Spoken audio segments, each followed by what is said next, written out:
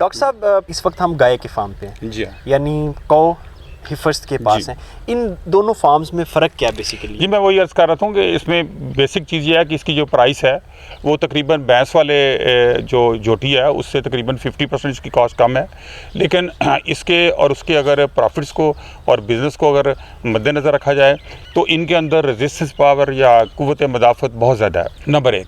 Number 2 बात यह कि इनके जो बछड़े हैं वो उनके बचने के चांसेस अगर 90% हैं तो जो बफलोज़ के बच्चे हैं उनके 10% चांसेस है बचने के, क्योंकि इनकी इम्यूनिटी का और उनकी इम्यूनिटी का बहुत सारा फ़र्क है। तो इसके अंदर यह है कि जब इनको हम ब्रीडिंग करते हैं तो ब्रीडिंग में इनके बच्चों के बढ़ने की और फिर अगले 12-14 माह में दोबारा वही बच्चा कंसीव हो जाता है, जबकि बफलो में 2.5-3 साल लग जाते हैं उसको दोबारा कंसीव होने में। तो इसमें अगर आप वाज़े फ़र्क सामने आ जाएगा कि उसको 3 साल अगर लगेंगे तो उसको 1.5 साल के अंदर अंदर ये कंसीव हो जाएगी और फिर इसका बछड़ा भी उससे 1 माह पहले आ जाएगा। और जहाँ तक इसके दूध देने की बात है तो वो दूध भी जो अच्छी गाय है वो 25-30 लीटर तक दूध दे देती है, लेकिन साहिवाल गाय जो है वो 16 लीटर तक जाती है। अगर आप इसको क्रॉस करवा लें तो ये 30 लीटर तक 40 लीटर तक भी जा सकती है।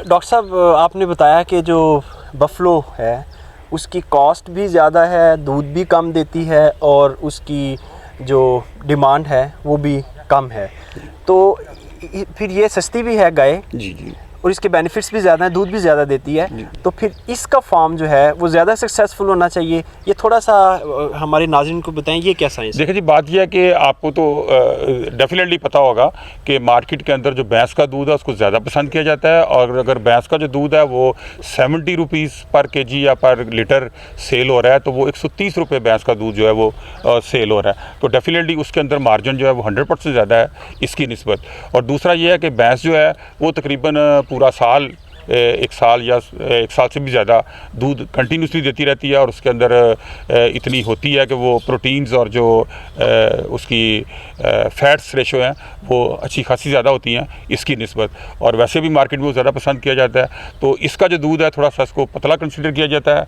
और इसमें जो इसके कंटेंट्स हैं वो थोड़े से बारीकी में होते हैं, तो इसलिए लोग ज़्यादा उसको प्रेफर करते हैं, उसकी प्राइस भी ज़्यादा है। नाज़रीन, आपने देखा कि ये 2 फार्म्स हैं जो एक ही मालिक के हैं, यानी बफलो हिफर्स और कौ हिफर्स।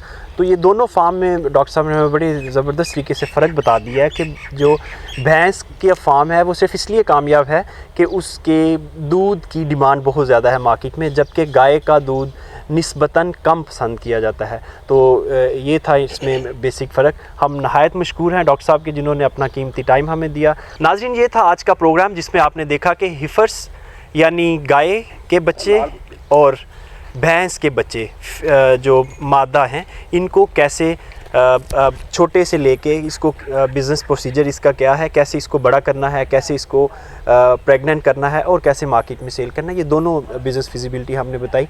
आज तक के लिए इतना ही। इंशाल्लाह अगली किस्त में नए टॉपिक के साथ हाज़िर खिदमत होंगे। तब तक के लिए खुदा हाफिज़।